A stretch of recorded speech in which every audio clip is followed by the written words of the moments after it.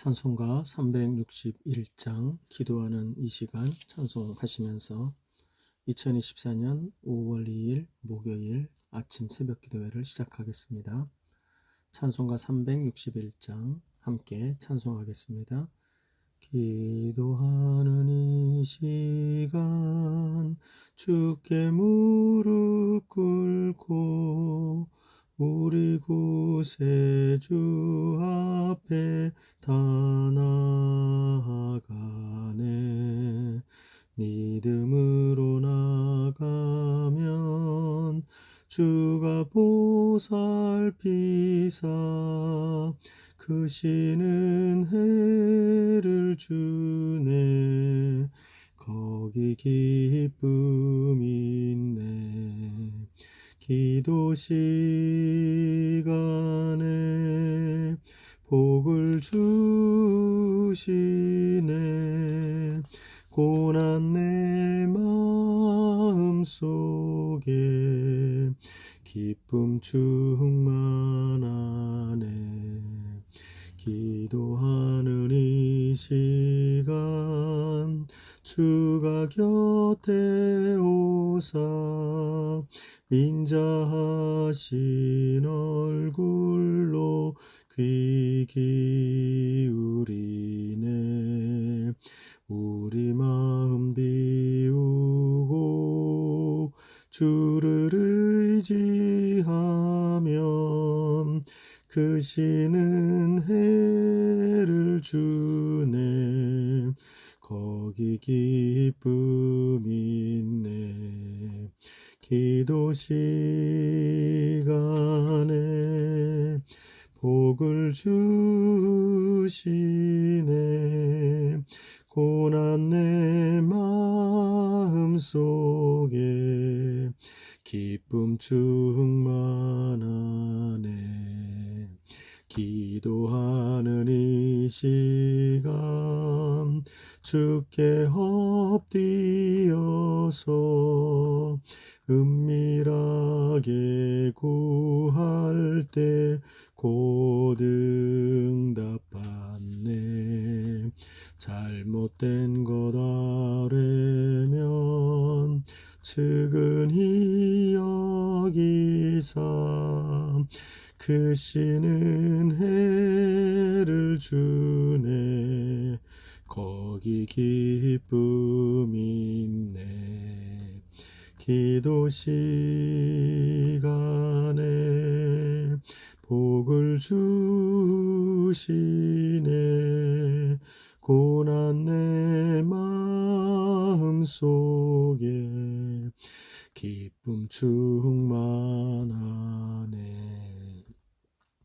기도하는 이 시간 주를 의지하고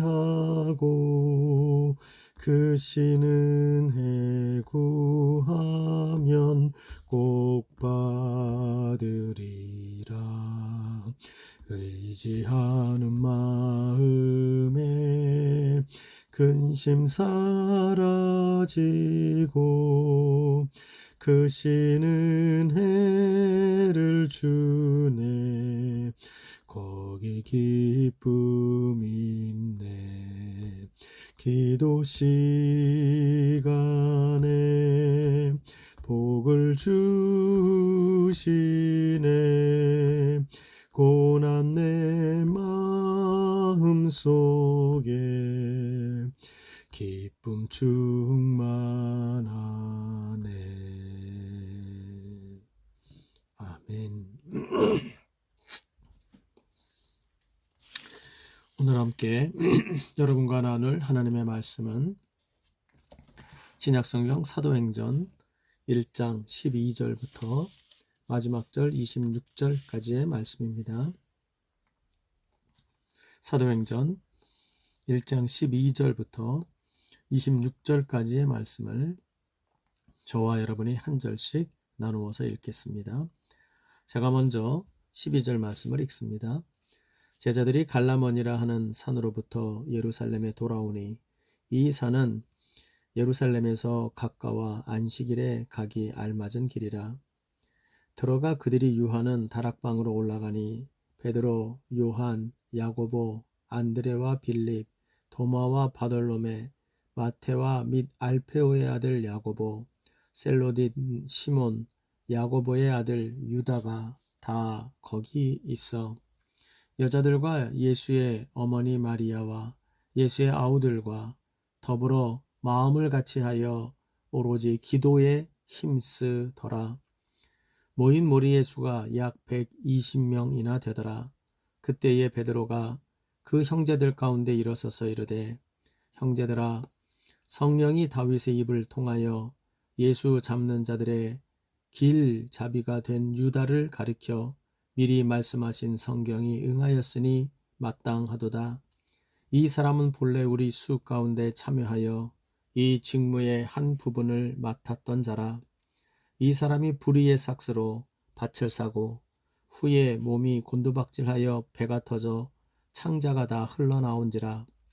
이 일이 예루살렘에 사는 모든 사람에게 알려져 그들의 말로는 그 밭을 아겔다마라 하니 이는 피밭이라는 뜻이라. 시편에 기록하였으되 그의 거처를 황폐하게 하시며 거기 거하는 자가 없게 하소서 하였고, 또 일러스되 그의 직분을 타인이 취하게 하소서 하였도다. 이러함으로 요한의 세례로부터 우리 가운데 올려져 가신 날까지 주 예수께서 우리 가운데 출입하실 때에 항상 우리와 함께 다니던 사람 중에 하나를 세워 우리와 더불어 예수께서 부활하심을 증언할 사람이 되게 하여야 하리라 하거늘, 그들이 두 사람을 내세우니 하나는 바사바라고도 하고 별명은 유스도라고도 하는 요셉이요, 하나는 마띠아라. 그들이 기도하여 이르되, 뭇사람의 마음을 아시는 주여, 이 두 사람 중에 누가 주님께 택하신 바 되어 봉사와 및 사도의 직무를 대신할 자인지를 보이시옵소서. 유다는 이 직무를 버리고 제 곳으로 갔나이다 하고 제비 뽑아 마띠아를 얻으니 그가 11 사도의 수에 들어가니라. 아멘. 예, 우리는 이 신약의 시대, 이 시대를 살아가는 성도와 교회가 될 때 어떤 모습으로 우리가 되어야 할까? 어떤 모습의 성도와 교회가 되어야 될지, 그것에 대한 가장 전형을 성경적으로 찾아보자고 한다면 아마도 이 사도행전의 이야기를 우리가 반드시 살펴봐야 하고, 이 사도행전에 나타나고 있는 예수 그리스도의 사역을 이어받는 사도, 그리고 그 사도들이 그 예수님의 사역을 이어받아서 그 예수님의 사역을 통하여 그 사도들이 이루어가는 교회와 또 그들의 전도함을 받아 세워지는 또 다른 그들의 제자들, 이 모습들을 우리가 살피면서 하나님께서 예수를 통하여 일하셨던 것들이 참으로 성령에 의하여 바로 이 사도들과 함께 멋있게 그 나라의 꿈, 예수께서 이 땅에 하시던 일이 계속해서 이어져 가는 모습을 우리가 감격적으로 살펴볼 수가 있게 되어지고, 이 모습을 보면서 이 예수 그리스도의 사역을 이어가는 사도적인 교회와 그리고 사도적인 성도들의 모습은 이러한 모습을 이어가야 하는 것이구나 하는 것을 우리가 배우게 되는 것입니다. 그러므로 사도행전을 우리가 묵상하면서 다시 한번 부탁하지만 참으로 이 시대에 꼭 있어야 하는 사도적 그런 사역을 계승하는 교회와 성도의 모습을 확인하고, 그러한 우리 자신들이 되어지기를, 또 우리 교회가 그러한 사도적인 전통의 이음에 서 있는 그러한 교회가 되어지기를 소망하면서 우리가 이 말씀을 통하여 우리 자신들을 살피고 반성하고 새롭게 세워나가는 은혜가 있어지기를 간절히 바라는 것입니다. 이제 우리는 어제의 본문 사도행전 1장 1절에서 11절까지의 그 내용을 살피면서 이 사도행전을 쓰는 목적과 그리고 이 사도행전의 배경이 되어지고 있는 그 이야기의 서론이 어제의 본문으로 마무리가 되었습니다. 즉 부활하신 예수께서 이 땅에 계시는 동안에 40일 동안 그의 제자들과 함께 하시며 그들에게 그 이후에 필요한 것들을 가르치시고 그리고 마침내 때가 되어 승천하시게 되는 데까지 이야기를 우리가 살폈습니다. 그 내용들을 통해서 예수 그리스도의 사역을 이어받는 사도적인 교회와 성도들은 이러이러한 요소들을 붙잡고 바로 주의 뜻을 이어가는 계승하는 자들이 되는구나 하는 것을 살펴보게 되므로 사도적 교회와 성도의 기초가 무엇이어야 하는지를 우리가 어제의 말씀을 통해서 살펴보게 됐습니다. 이제 승천하신 예수를 우리가 지켜본 이 사도들이 이제 예루살렘으로 돌아오게 됩니다. 그 내용이 12절에 나오죠.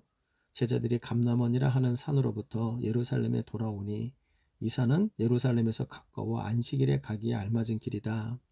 예수님이 승천하신 자리에서 바로 멀지 않은 곳에 바로 예루살렘이 있었다는 것을 알게 되고 그들이 그 예루살렘에 들어가서 그 예루살렘에 있는 다락방, 우리는 마가의 다락방으로 알려져 있죠.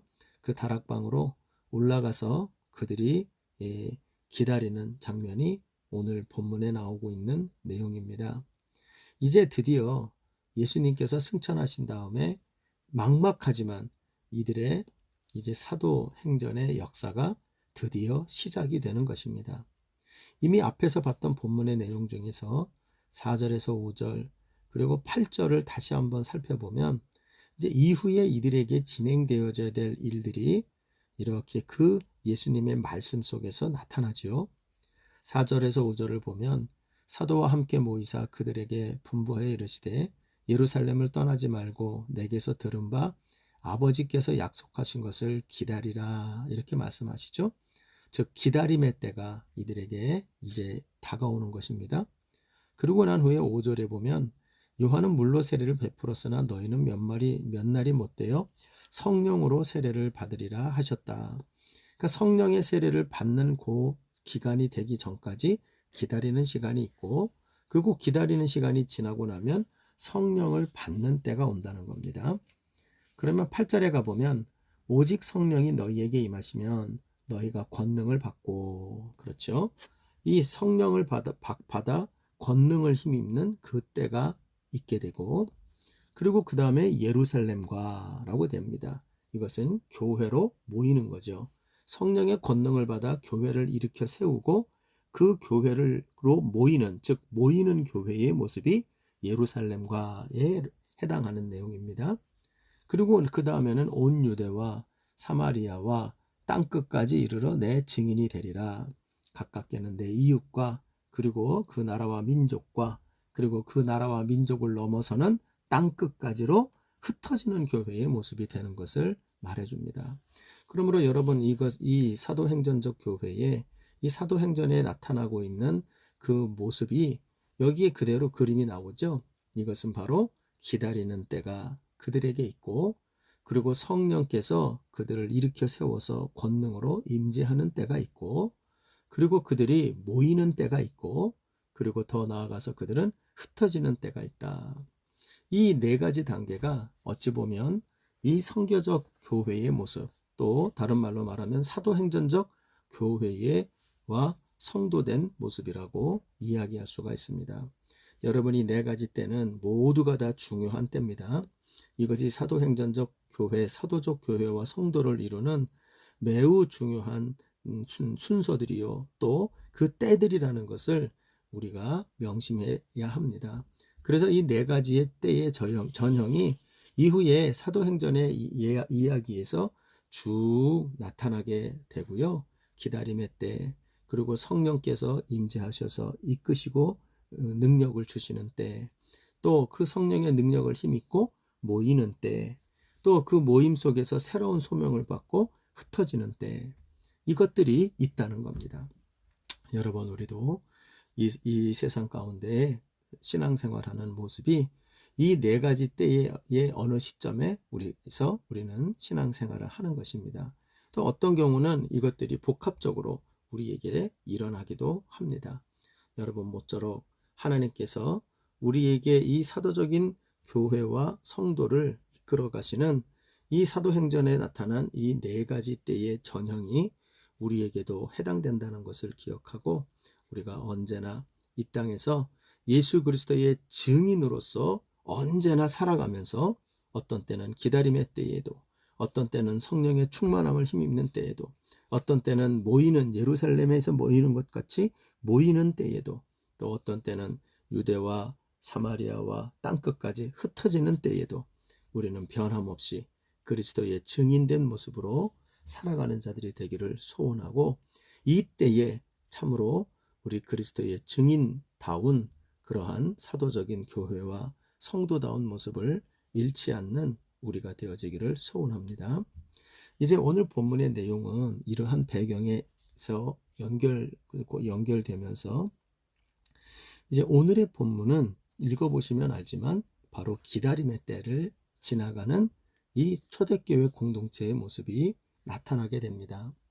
이 12절부터 26절은 한마디로 우리 1장 4절에 나오신 약속하신 것을 기다리라고 했던 그 주님의 말씀에 순종하고 있는 자들의 모습이 나타나고 있습니다. 이들의 모습이 참 인상적이죠. 승천하신 것을 보고 그들이 돌아가자마자 바로 즉각적으로 순종했던 것이 바로 기다리라 하는 이 말씀대로 그들은 기다리는 자리로 들어가 있는 모습을 보이고 있는 것이 오늘 본문의 말씀입니다. 우리도 늘 말씀하지만 우리 주님의 교회 또 주님이 이끄시는 그러한 사도적인 성도와 교회됨의 가장 중요한 요소는 즉각적인 순종이라는 것 꼭 기억하고 내가 계산하고 내가 따지고 내 주장을 내세울 것이 아니라 우리가 주님께서 기다리라 하셨으니 기다림의 자리로 가자 하고 여기 한 120명 되는 적지 않은 숫자죠. 그들이 흩어지지 아니하고 기다리는 자리에 모여 있었던 이 그림 이것을 인상적으로 생각하며 우리 모두가 이 기다림의 순종의 자리에 잘 설 수 있는 우리가 되어지기를 소원합니다. 그러면 이들은 오늘 본문을 통해서 이 기다림의 자리에서 이들은 무엇을 하였는가? 크게 두 가지를 한 것이 나옵니다. 첫째는 12절로 14절을 읽어보면 이들은 한 마음으로 끈질기게 기도하는 것을 하였다. 이렇게 그림이 등장하고 있습니다. 다시 한번 읽어보면 13절에 들어가 그들이 유하는 다락방으로 올라가니 베드로, 요한, 야고보, 안드레와 빌립, 바돌로메와 도마와 바돌로메, 마테와 및 알페오의 아들 야고보, 셀로딘 시몬 야고보의 아들 유다가 다 거기 있어 11사도의 이름이 여기에 쭉 등장을 합니다. 그리고 그 사도들과 함께 오히려 사도들보다도 더 신실하게 예수님의 곁을 끝까지 지켰던 14절을 보면 여자들과 예수의 어머니 마리아와 또 좀 특이한 것은 예수의 아우들과 그리고 더불어 그들의 이름들이 여기에 나타나고 있습니다. 이들만이 있었다는 것은 아니겠죠. 이들과 함께 했던 기타 여러 사람들이 함께 한 것 같습니다. 그래서 15절을 가보면 이 모인 무리의 수가 약 120명이나 되었다. 이렇게 기록이 되어져 있지요. 그러니까 바로 이들이 지도자들부터 시작하여 예수님을 가장 전심으로 따랐던 자들까지 오로지 그들은 입을 닫고 한 마음으로 그들은 모여서 이 기다림의 때에 이들이 무엇을 했느냐? 14절을 보니 더불어 마음을 같이 하여 오로지 기도에 힘썼다. 이렇게 이야기가 되어져 있는 겁니다. 이 기도하는 모습은 첫 번째 특징이 있죠. 그것은 혼자 하는 것이 아닙니다. 개인적으로 흩어져서 혼자 골방에 들어가며 기도했던 것이 아니고 이들은 모여서 기도했다는 것 첫 번째 특징이죠. 또 두 번째 특징은 지도자들이 앞장서서 기도했다는 거예요. 지도자들의 이름이 쭉 열거가 되죠. 빠져나간 자가 없어요. 모두가 내가 지도자가 되어 이 기다림의 때에 해야 될 일이 무엇인고 하면 바로 앞장서 기도하는 것이다 하고 함께 모인 모든 자들과 더불어 또 그들보다 앞장서 기도하고 있다는 사실을 알게 돼요. 또 이 기도의 특징이 나오죠. 이 기도의 특징이 그 내용적으로 크게 두 단어가 눈에 들어옵니다. 14절에 가면 더불어 기도하였다. 이 더불어 기도했다는 건 그냥 모였다는 게 아니고요. 그 뒤에 표현이 나오죠. 마음을 같이 했다. 다른 말로 말하면 한 마음이 되어 기도했다는 겁니다. 기도의 제목도 하나고 그 사건을 바라보는 시각도 하나고 한 마음이 되어서 그들은 기도하였다. 우리는 기도하는 것보다 더 중요한 게 한 마음이 먼저 되는 거죠. 그리고 한 마음이 되어 함께 기도하는 것. 이것이 참으로 성령이 임하시기에 준비되는 귀한 기도가 된다는 것을 우리가 보게 됩니다. 아울러 또 기도의 또 하나의 특징은 힘쓰더라는 거예요. 이 힘쓰다는 단어는 끈질기다라는 단어입니다. 그러니까 이들의 기도가 이벤트성이 되지 않았다는 거예요.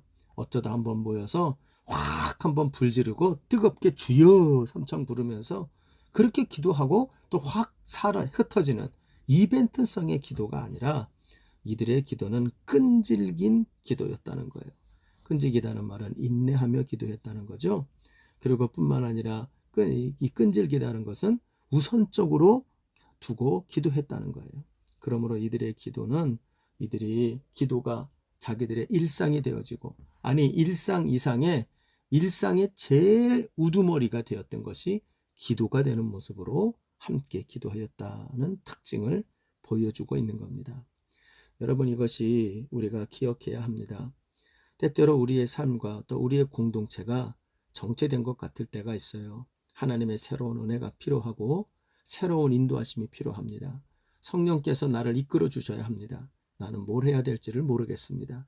이렇게 우리가 무엇을 해야 될지를 모르는 또 그냥 정체되어 버린 것 같은 것과 같은 그러한 인생의 때, 공동체의 때를 만날 때가 있습니다. 이것이 바로 기다림의 때입니다. 이 기다림의 때는 하나님께서 버리게 하신 때가 아니고 쓸모없는 때가 아니고 이것은 하나님께서 그 사도적 교회와 성도들에게 반드시 지나가야 하는 때로 때의 하나로 주신 것이 이 기다림의 때입니다. 이 기다림의 때는 가장 해야 될 일이 무엇인가? 이 기다림의 때는 바로 기도의 때라는 것을 명심해야 합니다.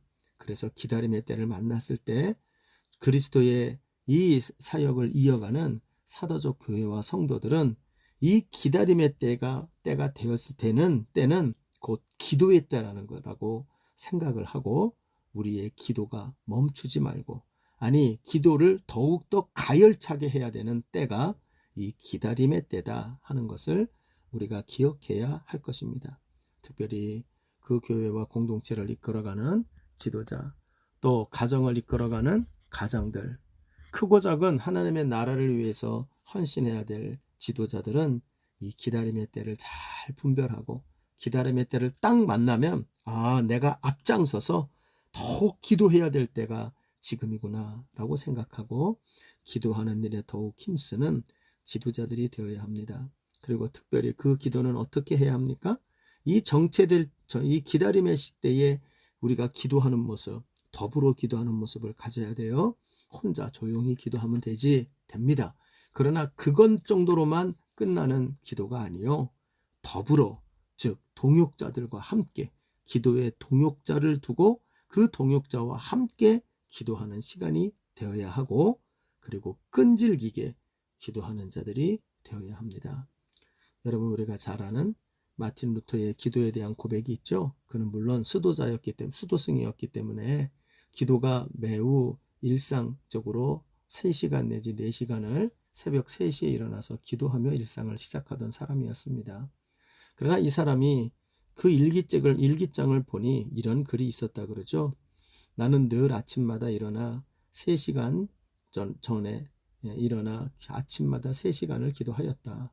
그런데 오늘은 너무나 분주하고도 중요한 일이 있는 바쁜 날이라 1시간 더 일찍 일어나 4시간을 기도하였다. 이렇게 말을 했다는 거죠. 우리는 여러분 바쁘면 우선순위가 물러가고 중요한 일이 생기면 기도하지 않고 그래서 우리의 기도가 마치 이벤트성이 되거나 우리의 기도가 뭔가 정말 한가할 때만 하는 게 기도라고 생각하지만 그거는 기도의 본질을 모르는 거죠. 우리의 삶에서 언제나 이렇게 사도들이 모여 이 기다림의 때에 어떻게 무엇을 해야 될지 모르는 이 기다림의 때에 이들이 더불어 마음을 같이하여 오로지 기도에 힘썼다라고 하는 이 기록을 우리가 깊이 새기면서 참으로 이 기다림의 때는 기도의 때라는 것을 명심하고 그 기도에 힘쓰는 우리가 되어지기를 바랍니다. 두 번째로 이 초대교회 사도적 공동체가 이 사도적 교회와 그리고 이 성도들이 기다림의 때에 성령이 오시기 전에 기다림의 때에 했던 두 번째 일이 기록이 되어 있는데요. 그것은 15절부터 24절을 보면 그들이 그것을 회개와 그리고 회복으로 정의치하는 때로 삼았다 하는 것을 보게 됩니다. 무슨 얘기입니까? 15절에서 26절을 읽어보면 이들이 이 기다림의 때에 마가의 다락방에서 기도에 힘쓰고 그 기도하는 중에 한 가지 중요한 일을 했다는 것을 기록에 남기고 있어요. 그것이 바로 유다로 말미암아 사라진 그 배신자 가룟 유다죠. 그가 예수를 배신하고 회개하지 않고 자살하여 죽어버렸죠. 그렇게 됨으로 말미암아 사도의 자리가 하나 비어버린 것입니다. 이 가룟 유다로 말미암아 비어버린 이 사도의 빈 자리를 바로 이들이 베드로가 주도하여서 그 사도들과 일찍 함께했던 자들 중에서 두 사람을 청거받고 그 청거받은 사람 중에 기도하며 주님이 택해 주시기를 간구한 후에 마띠아를 뽑게 되죠. 그래서 11사도가 아니라 그 비어있던 가룟 유다의 자리 12사도의 마띠아를 앉히게 되므로 이 사도의 12자리가 완결되어지는 것을 보게 됩니다. 이 12자리의 이 사도의 자리, 이것은 뭐 여러 가지로 중요한 의미가 있죠. 예수님이 세우신 그 12사도라는 의미도 있고, 이것이 장차 신학적으로 신약의 교회와 그리고 성경적으로 구약에 있는 배경과 연결을 하면 이 구약의 12지파와 연결이 되어지면서 이것이 하나의 하나님 나라를 이루는 교회의 매우 완성된 교회의 중요한 상징성을 가지고 있습니다. 그냥 어찌됐건 지금 이 베드로에게 있어서 왜 가룟 유다의 이 빈자리를 채워야 했을까? 곰곰이 제가 이 본문의 말씀을 묵상하며 베드로의 입장으로 한번 생각을 해보면 사도들에게 있어서 이 당시에 하나님의 나라를 위하여 예수님의 사역을 이어갈 것을 준비하고 있는 이들에게 가장 뼈아프고 부끄럽고 그리고 이들에게 있어서 정말 마음 가운데 참 하나님 앞에 나서기 힘들어하는 짐이 있었으리라 생각해요. 그것은 바로 가룟 유다의 빈자리입니다. 이 가룟 유다는 그 예수를 배반하는 대표적인 사람이 되었죠. 그러나 돌이켜보면 베드로도 이 가룟 유다 못지않게 예수를 배신했었죠. 뿐만 아니라 그 주변에 있는 사도들도 다 도망갔었죠. 그렇기 때문에 어찌 보면 이 공동체에서 예수 그리스도의 사역을 이어가는 사도로 나서기에는 물론 예수께서 다시 불러주시고 다시 사도로 삼아주셔서 자기들을 다시 한번 온전하게 치유하여 주신 것은 맞지만 그럼에도 불구하고 그들은 이 12사도의 자리에서 한 자리가 비어있는 이 빈자리가 그들에게는 아프고 뼈아픈 부끄러운 것이었을 겁니다. 그리고 이것은 하나님 앞에서나 그리고 지도자들이 참으로 공동체 모두가 아픈 기억이라고 생각이 돼요. 그런데 이것에 대하여 이 기다림의 때에 이 적당한 시점에서 베드로는 그것을 그냥 덮고 넘어가지를 않는 것입니다. 덮고 넘어가는 것이 아니라 이것에 대하여 참으로 하나님이 주시는 은혜 가운데서 하나님을 향한 이 회복의 은혜를 구하고 있는 것이 바로 오늘의 본문의 내용이라고 생각이 되어져요. 그러므로 이 기다림의 때에 이 공동체 안에서 사도 베드로가 했던 일, 이것은 바로 이 교회와 성도 앞에서 하나님 앞에서 부끄러웠던 것, 온전치 못했던 것, 이 유다의 빈자리는 그것은 우리의 부끄러움이요, 우리의 주님을 신실하게 따르지 못했던 우리들의 뼈아픈 아픈 죄악의 자리였다는 것을 인정하는 것입니다. 그러므로 이 자리에 대하여 이들이 이제 사람을 뽑아 새롭게 그 자리를 채우는 이 모습은, 이것은 일종의 회개요.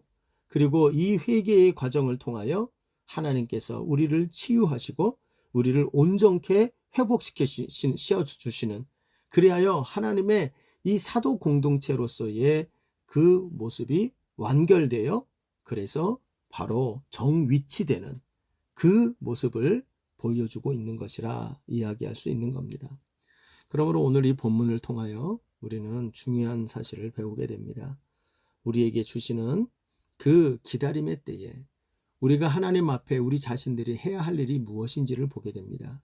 그것은 바로 하나님 앞에 우리 자신들을 내어놓고 온 공동체가 한마음이 되어 하나님을 의지하는 그러한 더불어 끈질기게 한마음이 되어 끈질기게 기도하는 이 기도 공동체를 이루는 것입니다. 아울러서 하나님 앞에 우리가 온전하지 못했던 것을 회개하고 그 회개를 통하여 하나님께서 우리를 회복시키시는 그 자리에 서게 하는 것입니다. 바로 이 회개의 은혜로 말미암은 정의치함, 이것이 바로 기다림의 때에 있어야 하는 것입니다. 그러므로 여러분, 기다림의 때는 우리가 기도해야 될 때요, 기다림의 때는 우리가 주 앞에 회개하고 온전해질 때라는 것을 기억해야 합니다. 우리 주님의 사도적 교회와 그리고 성도들은 언제나 때때로 하나님이 우리에게 주시는 기다림의 때를 잘 활용하여 참으로 더욱 기도에 매진하는 때로, 그리고 그 기도의 매진함과 함께 회개함으로 또 나를 회복하고 바르게 주 앞에 세워놓는 그러한 때로 삼는 것입니다. 이러한 은혜가 있고 난 후에 사실은 이 2절에 들어가게 되면 이제 성령께서 그 자리에 역사하여 이들을 크게 쓰시는 것을 보게 되죠. 그러므로 여러분, 우리가 어찌함으로 주님이 원하시는 사도적 교회와 성도를 이루는 것은 절대 아닙니다만, 그럼에도 불구하고 이 기다림의 때에 우리는 성령의 임재를 사모하면서 더 기도에 힘쓰고, 또 우리 안에 주께서 합당하지 못하고 회복되어져야 될 상처가 있다면 회개로 주님께서 주시는 회복의 자리로 나아가는 은혜가 있어야 할 것입니다. 모쪼록 여러분, 우리의 지금의 형편과 처지가 어떠한지는 모르겠습니다만, 이 기다림의 때때로 우리의 삶에 주시는 기다림의 때에도 주님의 그리스도의 증인된 모습으로 합당한 사도적 교회와 성도다운 모습으로 설 수 있는 은혜가 우리들에게 있기를 바랍니다. 기다림의 때는 더욱 기도에 힘쓸 때이다. 기다림의 때는 회개하고 회복하여 하나님 앞에 정위치해야 될 때다. 이것을 기억하며 우리의 삶에서 날마다 그러한 은혜를 누리시는 귀한 주의 백성 되시기를 주님의 이름으로 부탁합니다. 주님 가르치신 기도로 마무리합시다. 하늘에 계신 우리 아버지여, 이름이 거룩히 여김을 받으시오며 나라의 임하옵시며 뜻이 하늘에서 이룬 것 같이 땅에서도 이루어지이다. 오늘날 우리에게 일용할 양식을 주옵시고 우리가 우리에게 죄 지은 자를 사하여 준 것 같이 우리의 죄를 사하여 주옵시고 우리를 시험에 들게 하지 마옵시며 다만 악에서 구하시옵소서. 대개 나라와 권세와 영광이 아버지께 영원히 있사옵나이다. 아멘.